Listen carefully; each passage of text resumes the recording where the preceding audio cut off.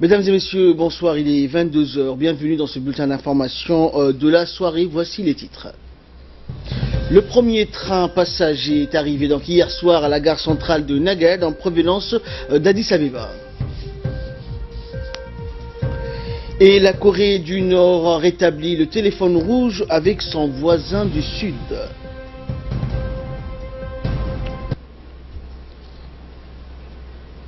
Merci à vous de nous rejoindre. Le premier train commercial et passager du nouveau chemin de fer qui relie Djibouti à l'Éthiopie est arrivé hier soir à la gare centrale de Nagad en provenance d'Addis Abeba, la capitale éthiopienne.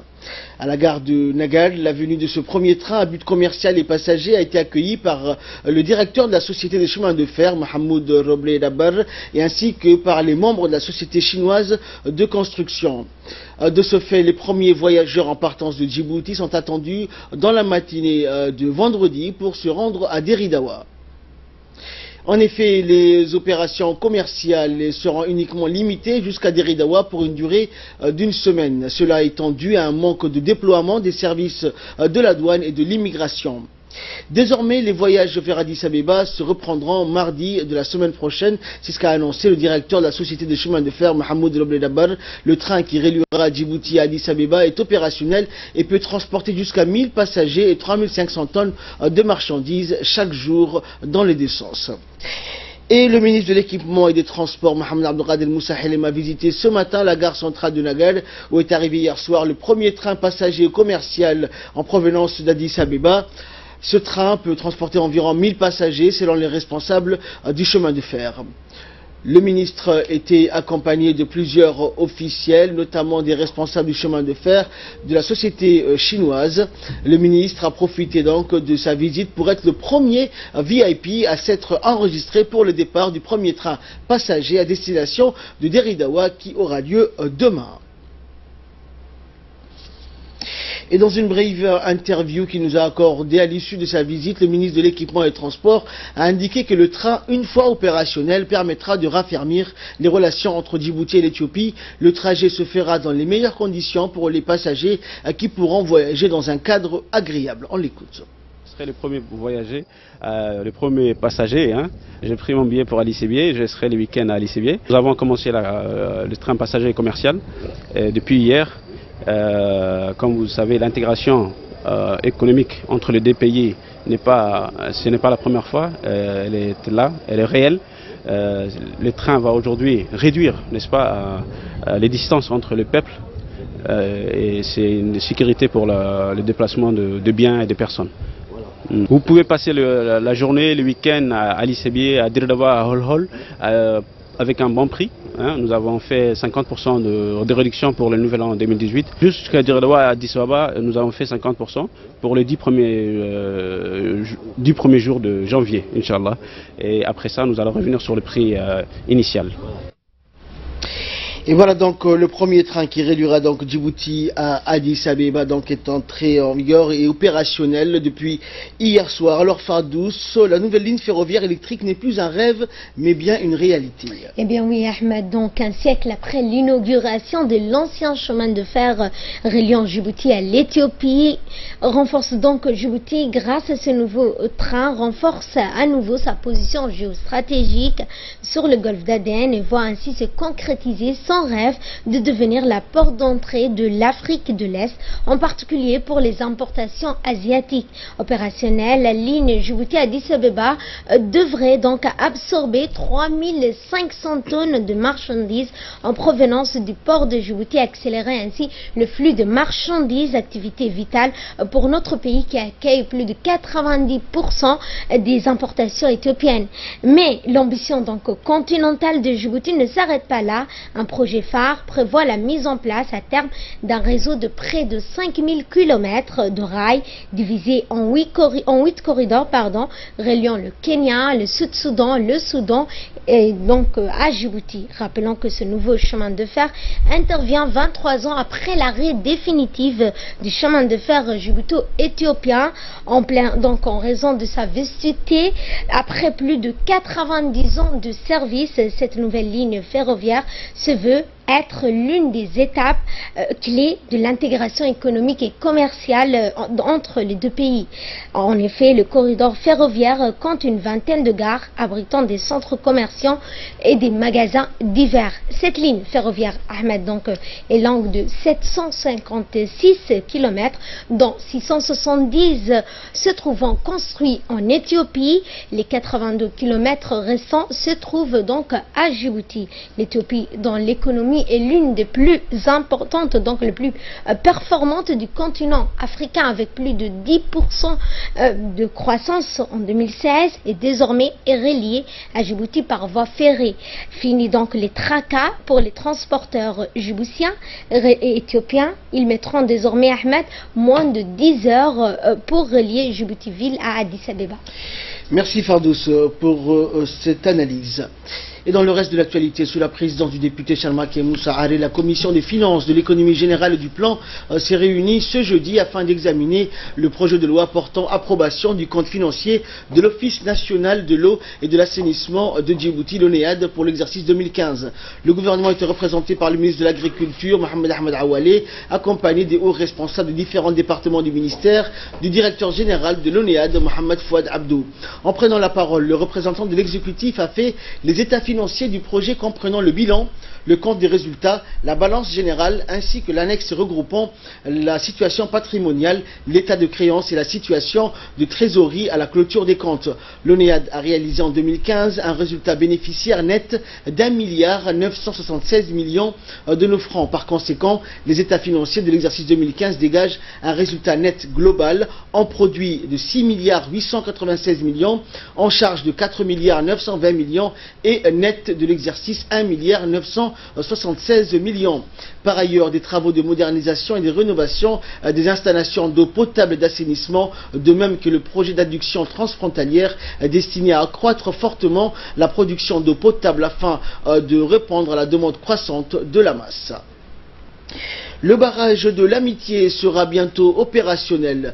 Fini les problèmes d'inondation que causait l'oued d'Ambouli. Les travaux de construction du barrage de l'Amitié sont sur la bonne voie. C'est ce qu'a indiqué ce matin le directeur du département des grands travaux du ministère de l'Agriculture, Awled Djama, lors d'une visite d'une équipe de journalistes à Lan Gobalei, où les ingénieurs de la société turque Ulyova mènent depuis 6 mois les travaux de construction de ce barrage. Situé à une vingtaine de kilomètres de la capitale, le barrage de l'Amitié est destiné à protéger la capitale des crues fréquents de l'oued d'Ambouli. Il servira aussi à récupérer en amont le maximum d'eau qui se jetait auparavant dans la mer. Le coût de ces travaux, qui s'élève à 11 millions d'euros, soit l'équivalent de 2 milliards de nos francs, s'achèveront en décembre 2018.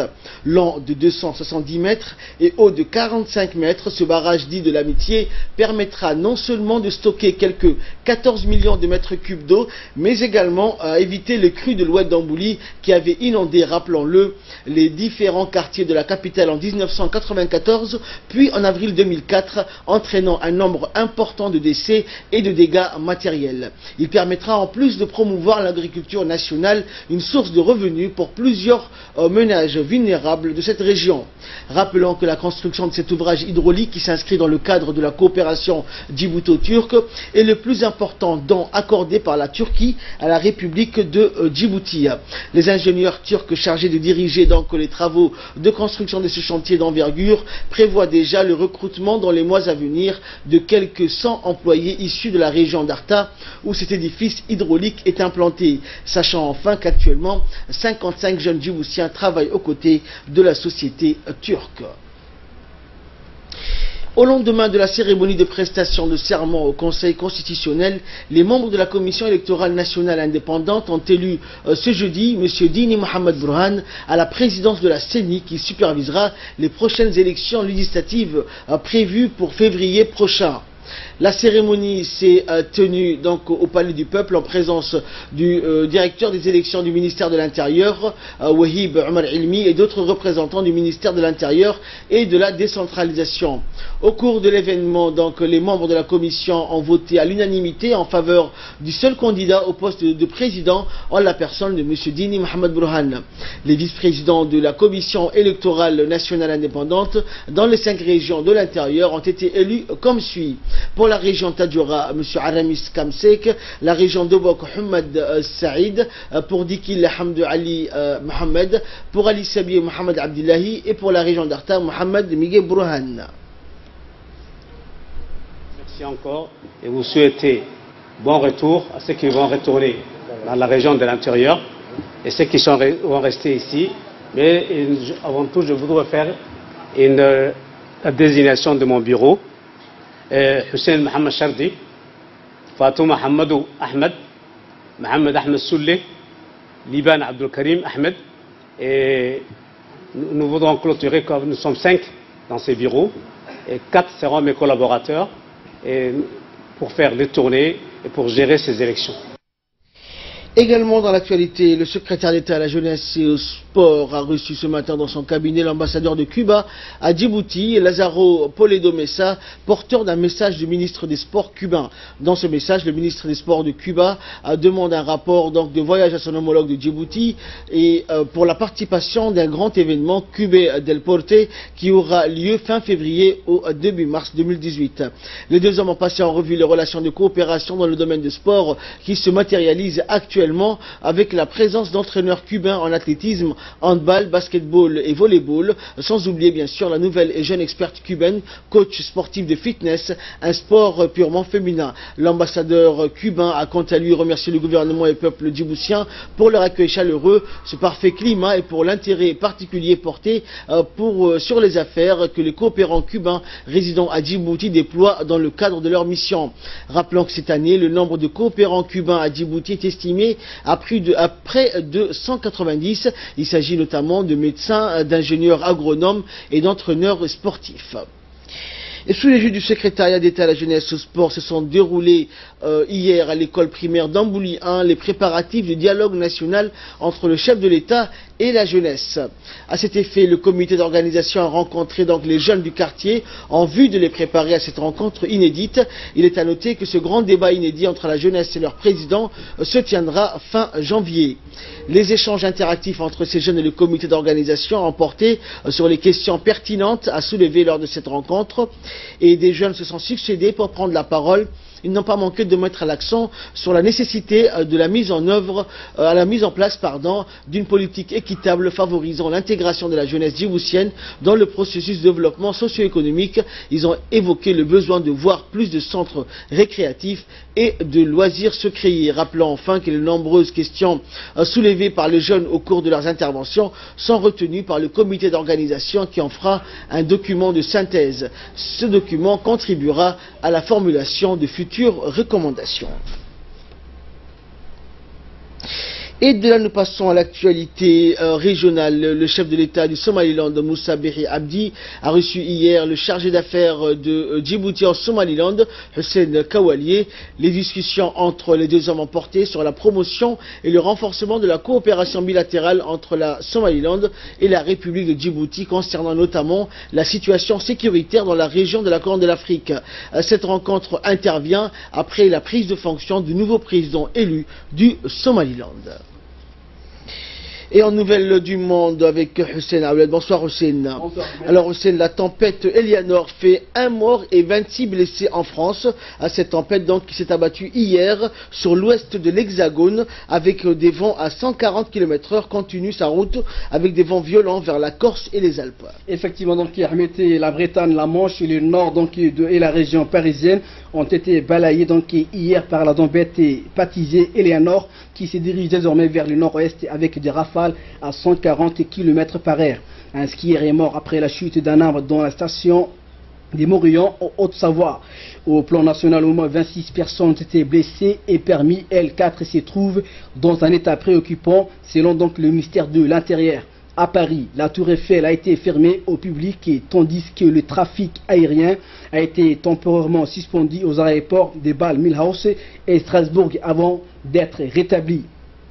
Quelques 225 000 foyers ont été privés d'électricité après avoir touché la Normandie, la Picardie et l'Île-de-France et les coupures de courant concernées en début d'après-midi les régions de l'Est avec 70 000 foyers sans courant électrique en Alsace et en Franche-Comté, 40 000 en Lorraine et 25 000 en Bourgogne-Ahmed. Également dans l'actualité internationale, le dirigeant Kim Jong-un a ordonné hier le rétablissement de la ligne téléphonique d'urgence reliant la Corée du Nord à la Corée du Sud afin de discuter des modalités d'un dialogue intercoréen aussi. Justement, donc c'est un signe des réchauffements entre les deux Corées. Pyongyang et Séoul ont remis donc en service hier un téléphone rouge transfrontalier fermé depuis 2016. Le canal des communications de Panmunjom, village frontalier où fut signé le cessez-le-feu de la guerre des Corées en 1950 et 1953, a été donc rouvert après quasiment 2 ans de fermeture. La conversation donc téléphonique a duré 20 minutes et a déclaré l'AFP, un responsable du ministère sud-coréen de l'unification, sans autre précision dans l'immédiat. Cette remise en service survient après donc lors du dialogue de Séoul qui répondait à une main tendue du dirigeant nord-coréen Kim Jong-un, lequel a évoqué une participation aux Jeux Olympiques d'hiver qui s'ouvrent donc le mois prochain en Corée du Sud. Ahmed. Merci Hussein, merci également à vous de nous avoir suivis. C'est la fin de ce journal. Excellent week-end sur Télé Djibouti.